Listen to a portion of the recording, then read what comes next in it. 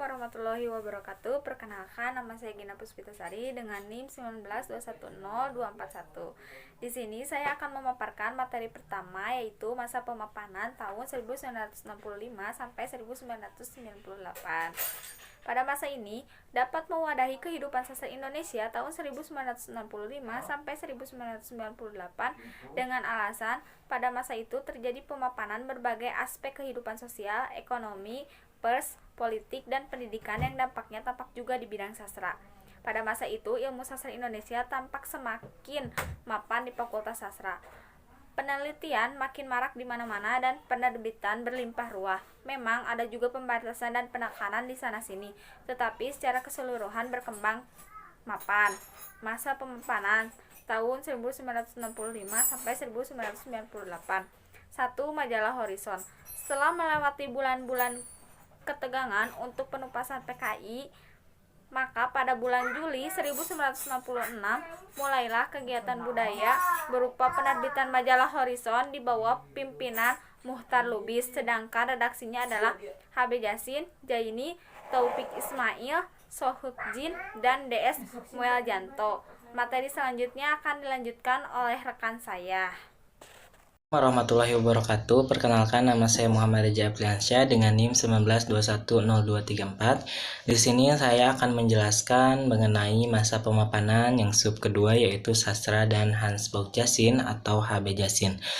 Kemunculan Horizon ternyata tidak berlaku bagi majalah sastra yang boleh dibaratkan, yaitu saudara kandung apabila dilihat dari semangat dan reaksinya yang tidak terlepas dari nama besar Hans Bogjassin. Majalah sastra diterbitkan pertama kali pada 1 Mei 1961 dan berjalan hingga Maret 1964. Dengan tokoh-tokoh di jajaran redaksi tercatat Hans Bogjassin, M. Jaini, A. Wakijan, dan IP Ma'ruf. Sejak terbit pertama kali, majalah tersebut sudah menjadi bulan-bulanan hasutan dan fitnahan kelompok lekra yang berkehendak segala kegiatan kebudayaan, termasuk sastra, berada di bawah pengaruh dan kekuasaannya. Tekanan itu semakin keras setelah dedikasinya atau deklarasi manifest kebudayaan pada 17 Agustus 1963, sehingga majalah sastra terpaksa berhenti terbit setelah edisi Maret 1964. Baru 3 tahun kemudian, tepatnya pada November 1967, sastra diterbitkan lagi dengan tokoh-tokoh redaksi yaitu Darsap Rahman, HB Jasin, Muhli Lubis, dan Hamzat Rangkuti. Kemudian, pada Oktober 1969, sastra terpaksa berhenti setelah terbit karena kasus pemuatan novel yang berjudul Langit Makin Mendung, karangan Kipanjikusin 1968. Nah, teman-teman, yang ketiga adalah pusat bahasa. Berbicara tentang sejarah perkembangan sastra di Indonesia, pastilah tidak terlepas mengabaikan peranan dan sumbangan lembaga pemerintah yang saat ini bernama Pusat Bahasa, yaitu pelaksanaan tugas bidang penelitian dan pengembangan bahasa yang berada di bawah Menteri Pendidikan Nasional. Namanya pernah populer dengan Pusat Pembinaan dan Pengembangan Bahasa yang merupakan kelanjutan sebuah instansi kecil bernama Lembaga Bahasa pada tahun 1950-an. Nah, teman-teman, mungkin sekian penjelasan dari sastra dan Hans Bogjassin, juga Pusat Bahasa. Semoga kita dapat mengambil hikmah dan pembelajaran kali ini. Mungkin cukup sekian dari saya. Wassalamualaikum warahmatullahi wabarakatuh. Assalamualaikum warahmatullahi wabarakatuh. Perkenalkan, nama saya Devi Syifa dengan NIM 192102332. Di sini saya akan menjelaskan tentang Fakultas Sastra dan Sastra Indonesia di Mancanegara. Yang pertama, saya akan menjelaskan Fakultas Sastra. Pada awal dekade tahun 1970, nama Fakultas Sastra di Indonesia boleh dikatakan belum populer, kecuali Fakultas Sastra di Universitas Indonesia yang berkampus di Rawamangun, Jakarta. Fakultas Sastra dan Kebudayaan Universitas Gadjah Mada di kampus Bulak Sumur, dan masih banyak lagi. Yang kedua ada sastra Indonesia di mancanegara. Sejalan dengan perubahan dan perkembangan zaman yang semakin jauh dari semangat pusat-pusat pengkajian kebudayaan Indonesia di mancanegara seperti Cina, Korea, Jerman, dan lain-lain. Kegiatan mereka dapat dipandang sebagai pendorong dan pemacu perkembangan studi sastra Indonesia. Artinya, kalau di luar negeri pun berkembang studi sastra Indonesia, seharusnya berkembang studi semakin mapan. Sekian presentasi dari saya. Mohon maaf bila ada kesalahan. Terima kasih. Bismillahirrahmanirrahim. Assalamualaikum warahmatullahi wabarakatuh. Sebelumnya izin memperkenalkan diri, nama saya Amis Saula dengan NIM 19210183. Di sini saya akan memaparkan materi sejarah sastra masa pemapanan. Di sini saya akan menerangkan tentang Dewan Kesenian Jakarta.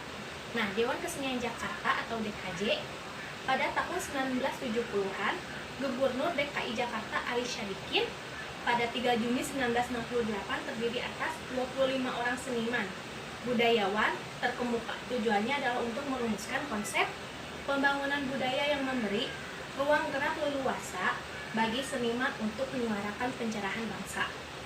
DKI Jakarta atau organisasi kesenian yang menjadi mitra kerja Gubernur DKI Jakarta dalam perencanaan perkembangan kesenian. Tugasnya antara lain menyampaikan usulan program pengembangan kesenian, memantau perkembangan kehidupan kesenian, mengevaluasi pelaksanaan program tahunan, dan menjalin kerjasama dengan pihak-pihak lain. Tokoh yang pernah memimpin Dewan Kesenian Jakarta hingga tahun 1990-an tercatat Trisono Sumarjo pada tahun 1968 sampai 1969. 3. Akademik Jakarta merupakan lembaga kehormatan di bidang kesenian. Beranggotakan warga negara Indonesia yang diakui secara luas sebagai tokoh-tokoh berjasa dalam bidang seni dan budaya. Tokoh-tokoh yang pernah diduduki antara lain dalam Akademik Jakarta ini ialah yang pertama Ajib Rosidi, Amrus, Endo Suwanda, dan masih banyak lagi. Sementara itu, hadiah sastra untuk buku sastra, novel, kumpulan cerpen, kumpulan puisi, dan esai dinilai terbaik pada tahun yang bersangkutan, telah menikmati juga oleh sejumlah sastrawan. Contohnya adalah Budi Drama dengan novel Olengka, dan Narto dengan karyanya Adam Ma'rifat. Selanjutnya saya akan memaparkan tentang sastra populer.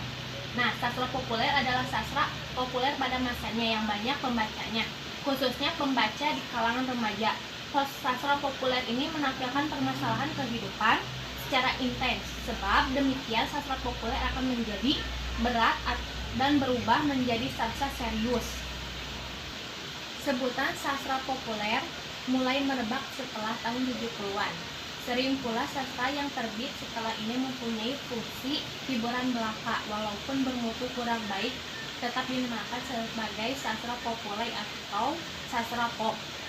Sastra populer adalah semacam sastra yang dikategorikan sebagai sastra hiburan yang komersial. Kategori hiburan dan komersial ini disangkutkan pada selera orang banyak. Seperti karya sastra Habibur Rahman dapat dikatakan sebagai sastra populer Islam karena mengandung nilai-nilai keislaman yang kental. Beberapa karya populernya telah terbit, diantaranya Ketika Cinta Berbuah Surga, Pudarnya Pesona Cleopatra, Ayat-ayat Cinta, dan masih banyak lagi. Mungkin cukup sekian dari apa yang saya telah paparkan. Mohon maaf bila masih banyak kesalahan. Wabillahi taufiq wal hidayah. Wassalamualaikum warahmatullahi wabarakatuh. Assalamualaikum warahmatullahi wabarakatuh. Perkenalkan, nama saya Aprijal Holik dengan NIM 19210167. Nah, di sini saya akan memaparkan materi selanjutnya, yaitu kritik dan esai. HB Jasin mengemukakan bahwa kritik kesusastraan adalah pertimbangan baik atau buruk sesuatu hasil kesusastraan. Pertimbangan ini disertai dengan alasan mengenai isi dan bentuk karya sastra. Widya Martaya dan Sujiati 2004 berpendapat bahwa kritik sastra adalah pengamatan yang teliti, perbandingan yang tepat, dan pertimbangan yang adil terhadap baik buruknya kualitas, nilai, kebenaran suatu karya sastra. Memberikan kritik dan esai dapat bermanfaat untuk memberikan panduan yang memadai kepada pembaca tentang kualitas sebuah karya. Selanjutnya yaitu pakar sastra. Peta kepengarangan itu dapat disimak dan dirunut pada sejumlah direktori pengarang atau bibliografi sastra Indonesia, antara lain tercatat sebagai berikut. Yang pertama Antologi Biografi Pengarang Sastra Indonesia 1920 sampai 1950 dari Anita K. Rustapa tahun 1977. Yang kedua, Antologi Biografi 30 Pengarang Sastra Indonesia Modern, Atisah tahun 2002.